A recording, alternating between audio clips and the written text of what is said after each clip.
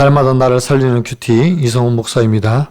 오늘 큐티 본문은 사도행전 20장 25절에서 38절까지입니다. 오늘도 주의 말씀으로 인도하시는 하나님 아버지 감사합니다. 훈계하던 것을 기억하고 행하기를 원합니다.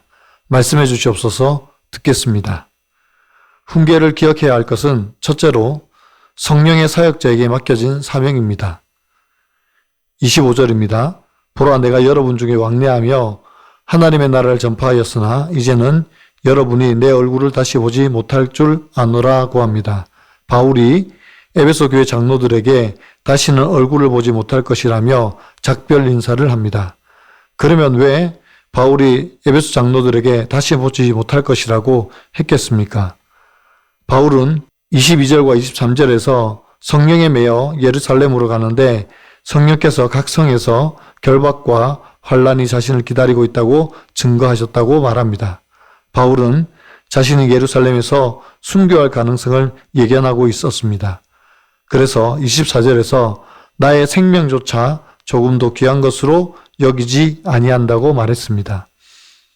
26절과 27절에서 바울은 겸손과 눈물과 시험을 참고 주를 섬길 것을 상기시킵니다. 그의 사역은 화려함이 아닌 겸손함으로, 아쉬움이 아닌 눈물로, 평탄함이 아닌 시험 속에서 이루어졌습니다. 바울은 유익한 것은 무엇이든지 공중 앞에서나 각 집에서 거리낌 없이 전하였다고 말합니다. 그는 듣기 좋은 말만 한 것이 아니라 복음의 진리를 모두 다 전한 것입니다. 28절입니다. 여러분은 자기를 위하여 또는 양떼를 위하여 삼가라. 성령이 그들 가운데 여러분을 강독자로 삼고 하나님이 자기 피로 사신 교회를 보살피게 하셨느니라고 합니다.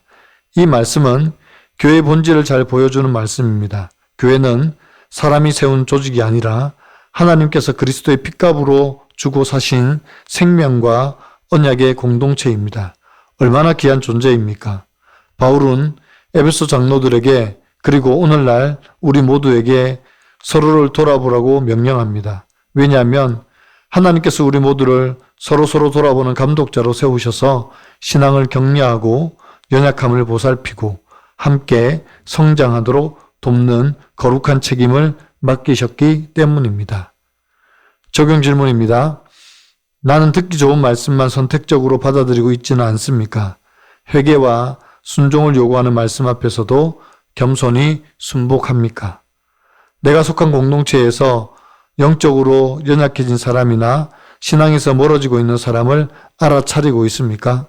그들을 어떻게 도울 것입니까?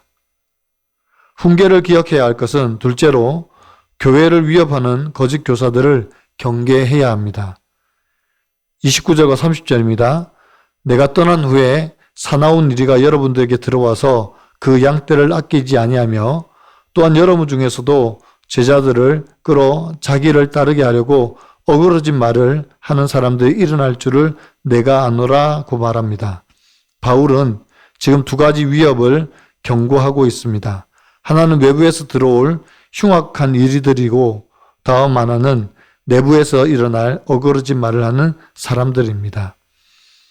31절과 32절에서 바울은 3년이나 밤낮 쉬지 않고 눈물로 각 사람을 훈계하던 것을 기억하라고 간곡히 부탁합니다. 그래서 32절에서 은혜의 말씀에 부탁하노니라고 합니다.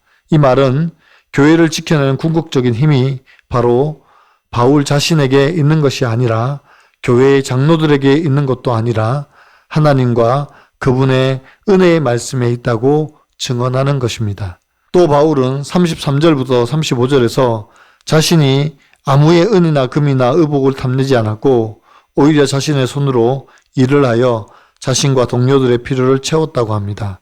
그리고 예수님의 말씀을 인용하면서 주는 것이 받는 것보다 복이 있다라고 합니다. 이 말씀은 세상의 가치관을 뒤엎는 말씀입니다. 세상은 받고 쌓고 소유하는 것을 복으로 여깁니다. 그러나 하나님 나라는 나누고 섬기고 희생하는 데 있음을 말씀하신 것입니다. 우리는 물질적으로나 영적으로나 섬김의 손을 가진 사람들이 되어야 합니다. 가진 것을 훔쳐지는 것이 아니라 내가 가진 모든 것들을 필요한 이들과 함께 나누고 섬기는 삶이 하나님께서 복 주시고 기뻐하는 삶인 줄 믿습니다. 36절에서 38절입니다.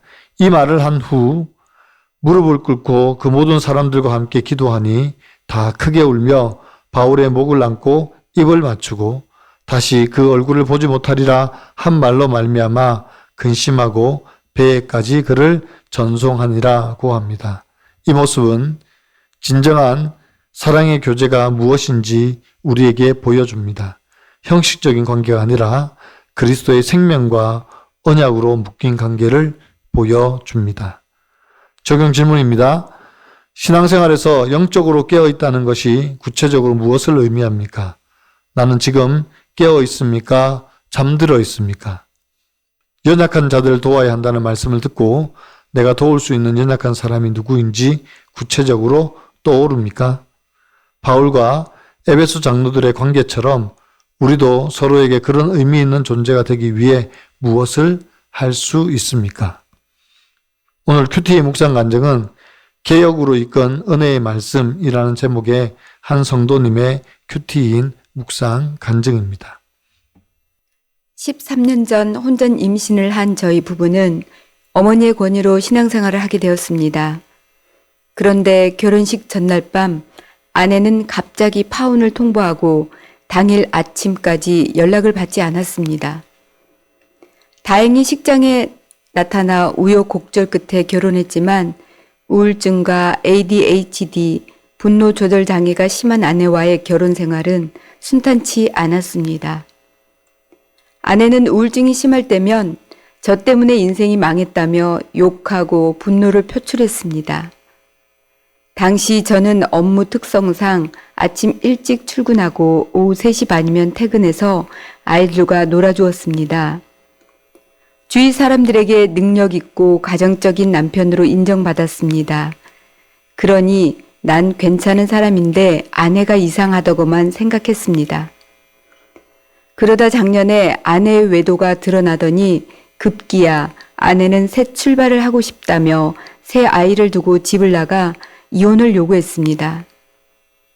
그때 저는 교회 소그룹 리더의 만류에도 불구하고 아내와 별거하며 아이들만 데리고 이사했습니다. 그러던 어느 날 아침 출근길에 운전하며 기독교 라디오 방송 날마다 살아나는 큐티를 듣던 중 오늘 하루만 사세요 라는 말에 큰 위로를 받아 갓길에 차를 세워놓고 엉엉 울었습니다. 부모의 별거로 불안해하는 아이들에게 너무 미안했고 그동안 온몸으로 힘들고 아프다고 표현하는 아내를 정죄한 것이 깨달아졌습니다. 최근 재결합하며 함께 사는 아내에게 하고 싶은 말을 아끼고 제가 지적질하지 않아도 아내가 얼마나 노력하는지 보게 해주시길 기도하고 있습니다. 또한 불안한 가정 환경에서 상처받은 자녀들의 마음을 어루만져 주시길 기도하고 있습니다. 저와 저희 가정을 주와 그 은혜의 말씀에 부탁하오니 말씀으로 능히 든든히 서길 기도합니다. 저의 적용은 아내에게 잔소리가 하고 싶을 때마다 그날 큐티 말씀을 묵상하며 입을 닫겠습니다. 종교 개혁일을 맞아 저와 교회를 돌아보는 마음으로 자기 전에 회개 기도와 지체들을 위한 중보 기도를 하겠습니다.입니다. 사랑하는 성도 여러분, 바울은 훈계하던 것을 기억하라고 말합니다. 무엇을 기억해야 합니까? 우리를 성령의 사역자로 삼으셔서 모든 영혼을 겸손과 눈물로 섬길 것을 기억해야 합니다. 또한 교회가 예수 그리스도의 핏값으로 산 것임을 알아 서로 희생과 섬김으로 언약 공동체를 잘 세워가야 할 것을 기억해야 합니다. 또한 얼마든지 교회 안에 거짓 교사들이 들어올 수 있음을 경계하며 교회 안에서 헛된 말로 이간질하는 것을 경계해야 합니다.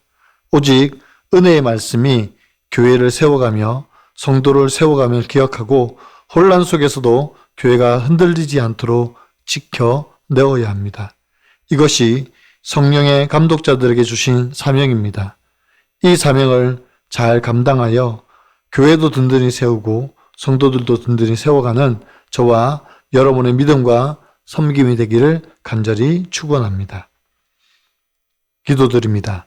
사랑하는 주님, 우리의 연약함을 고백합니다. 겸손과 눈물로 주님을 섬기기보다 인정받고 드러나기를 원했던 교만한 마음을 용서하여 주옵소서. 듣기 좋은 말씀만 선택하고 회개와 순종을 요구하는 말씀 앞에서는 귀를 막았던 완악함을 용서하여 주시옵소서. 주께서 우리에게 맡기신 지체들이 그리스도의 보혈로 값주고 사신 귀한 존재임을 깨닫게 하여 주옵소서. 무관심과 냉담한 가운데 서로를 외면했던 우리의 죄를 용서하여 주시고 이제 진심으로 서로를 돌아보며 섬기는 공동체가 되게 하여 주옵소서. 바울이 에베소 교회를 주와 그 은혜의 말씀에 부탁한 것처럼 우리도 우리 자신과 우리 공동체를 주님께 온전히 맡겨드립니다. 인간의 지혜와 능력으로는 이 험한 세상을 헤쳐나갈 수 없음을 고백합니다. 주님, 날마다 주의 은혜의 말씀으로 우리를 묶어 주시옵소서. 바울을 떠나보내는 에베소 공동체와 같이 우리도 그리스도 안에서 핏값으로 하나로 묶였음을 기억하고 귀한 지체들을 위해 눈물과 기도로 섬기게 하여 주시옵소서. 감사하며 예수 그리스도의 이름으로 간절히 기도하옵나이다. 아멘.